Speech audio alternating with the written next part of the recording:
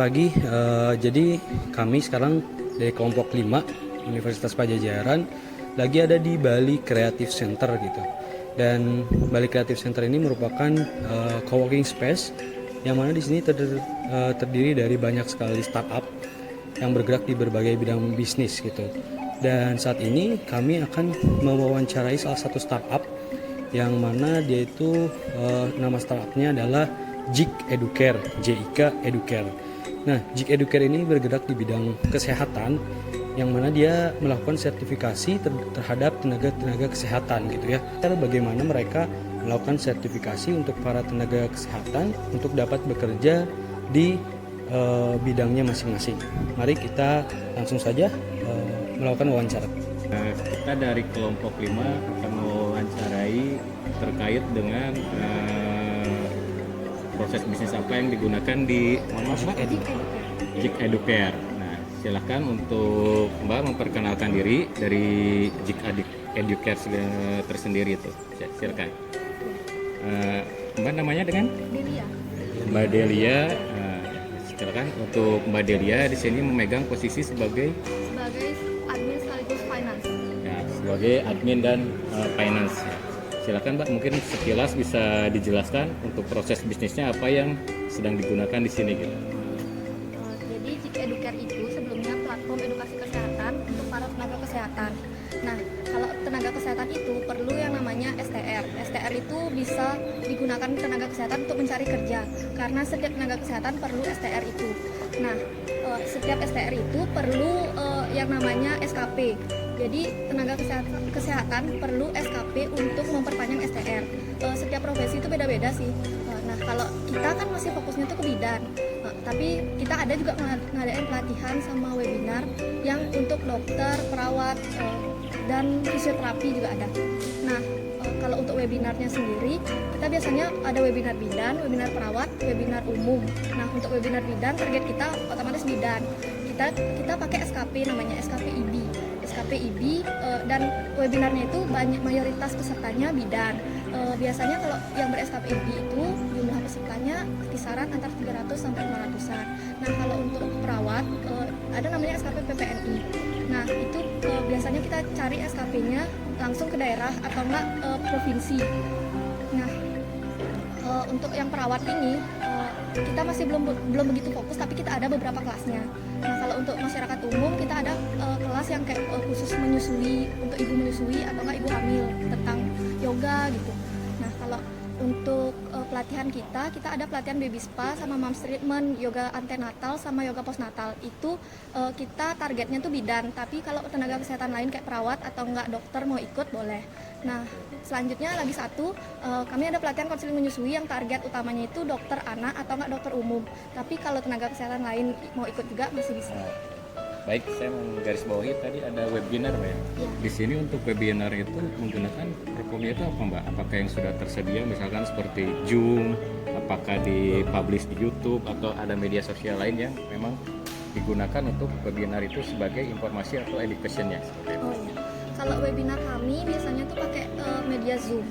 Jadi dia masih secara online, karena kalau misalnya secara offline itu kan masih terkendala kayak orang yang di luar daerah itu jadinya nggak bisa ikut gitu ya. Ya. Terus kan apalagi bidan itu perlu kerja ya. Jadinya kalau misalnya kita pakai Zoom itu kan otomatis dia bisa dari mana aja tuh sambil dengerin materinya. Jadinya kita masih pakai Zoom. Ya. Dari kan ada yang ditanyakan terkait analitik data ya atau proses bisnis yang digunakan di posisi ini. Mungkin terkait ini ya, kalau misalkan melalui Zoom gitu, itu kan biasanya ada kuota gitu, atau enggak ada peserta apa istilahnya, kalau misalkan pesertanya banyak gitu, itu apakah tingkat edukasinya keefektifan dalam mengedukasinya itu bagus atau tidak gitu? Kalau biasanya kita itu ada sesi tanya jawabnya juga sih. Jadi kan nanti dari narasumber kan menyampaikan materi, nanti dari narasumbernya itu ngasih pertanyaan dan nanti pesertanya itu menanggapi. Jadi kita masih tahu pesertanya itu masih menyimak di situ. Dan biasanya kita minta on cam sih dia. Lalu untuk penilaian dari sertifikasinya itu seperti apa? Pesertanya itu ikut full webinarnya dari awal sampai akhir. Itu nanti nanti setelah mengikuti diberikan sertifikasi gitu. Iya, sertifikat. Baik. Terkait ini yang proses yang sedang dijalankan ini, apakah ada permasalahan tertentu dari aspek digital atau dari aspek sistem informasinya seperti itu? Masalahnya ya, kalau sampai saat ini sih saya belum ada ngerasa permasalahan yang kayak susah ditemuin jawabannya ya. Biasanya tuh waktu webinar aja sih. Waktu webinarnya itu kan kita perlu mastiin untuk dia tuh benar-benar ada di ruang Zoom selama itu. Jadinya kadang tuh saya ngelakuin pengecekan peserta, atau enggak kita kirimin link absensinya itu sekitar 2 kali. Link absensi pertama sama link absensi kedua itu beda linknya. Jadi kita kirimin di tengah-tengah dan pesertanya nggak tahu. Jadinya kita tahu, kita ceknya itu dari situ. Untuk registrasi pesertanya itu yang digunakan apakah ada sistem informasi khusus atau hanya mungkin menggunakan Google Form? Oh, untuk saat ini kami masih menggunakan Google Form sih. Maunya kita pakai di website kita, maunya kita tambahin cara untuk dia daftarnya langsung dari website. Tapi itu masih dikembangkan sama tim IT-nya. Oke, untuk posisi ini sudah ada website tersendiri? Udah, Mungkin bisa disebutkan? udah ada. Websitenya www.jikeducare.com. www.jikeducare.com. Baik, terima kasih. Selanjutnya mungkin ada terkait sistem informasi atau solusi yang bisa diberikan oleh Universitas Padjadjaran terkait permasalahan yang sedang mungkin belum dihadapi Mbak ya, Ya. tapi menjadi sesuatu yang akan dikembangkan lebih baik seperti itu. Oke, mungkin ini sih Mbak, mungkin karena posisi Mbaknya tadi di admin dan finance ya, sebenarnya agak kurang maksimal gitu ya. Kalau misalkan kita tidak berbicara langsung dengan teknis terkaitnya gitu ya. Sebenarnya saya tuh ingin mengetahui terkait strategi marketing gitu dengan analitik datanya seperti apa yang dimaksimalkan dalam istilahnya kan dalam melakukan strategi pemasaran itu ada istilahnya budget yang disediakan supaya efektif gitu ya digunakan. Nah mungkin gitu ya kedepannya gitu dalam melakukan strategi marketing itu tim data analisnya gitu ya, itu dapat melakukan insight-insight baik dari mungkin di sisi sosial media sendiri juga itu bisa digunakan gitu kan untuk pemanfaatannya, apakah dengan budget seperti itu yang digunakan sudah maksimal atau belum gitu. Nah mungkin di sisi analitiknya di sana gitu. Kalau mungkin terkait budget yang digunakan untuk pengembangan sistem itu dapat mengetahui karena bagian finance mungkin ya, mungkin dapat gambaran sekilas terkait apa saja sih yang sistem informasi yang istilahnya itu harganya itu mungkin memang mahal, kendalanya itu atau memang sumber daya manusianya yang tidak memenuhi atau seperti itu. Kalau pemasarannya kita biasanya pakai budget tuh untuk promosi di Instagram, akun-akun yang udah besar gitu. Akun itu berlisensi ya? Nggak berlisensi juga sih, kayak misalnya info webinar kayak gitu itu kan itu ada tuh akun besar kayak misalnya webinar kesehatan yang followersnya itu udah nyampe ratusan ribu followers. Kita biasanya beriklan di situ sih dia, atau nggak pakai FB Ads itu.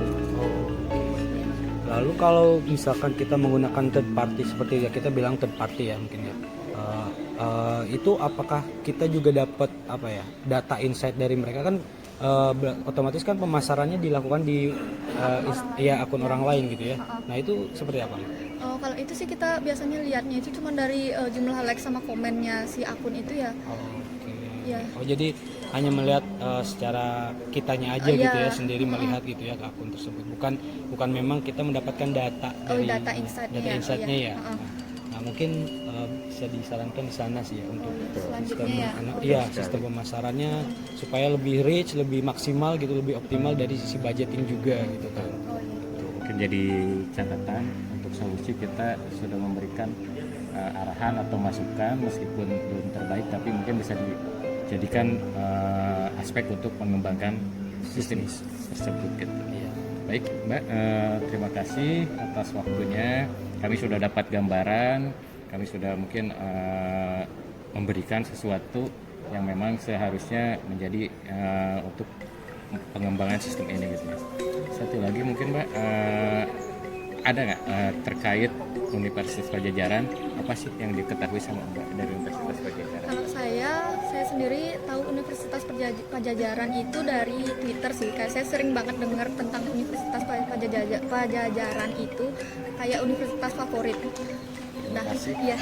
Iya, banyak banget yang nyari Universitas Pajajaran tuh di Twitter karena banyak dah saya lihat calon-calon mabanya gitu tuh. Kayak setiap ada SNM atau nggak SBM itu mereka tuh pada minta doa di Twitter. Gini, semoga keterima di Unpad gitu. Jadinya saya udah nggak jarang banget dengar Unpad. Jadi untuk Unpad itu yang saya rangkum atau saya simpulkan, sudah di media sosial itu sudah sangat baik sekali respon dari netizennya ya Mbak.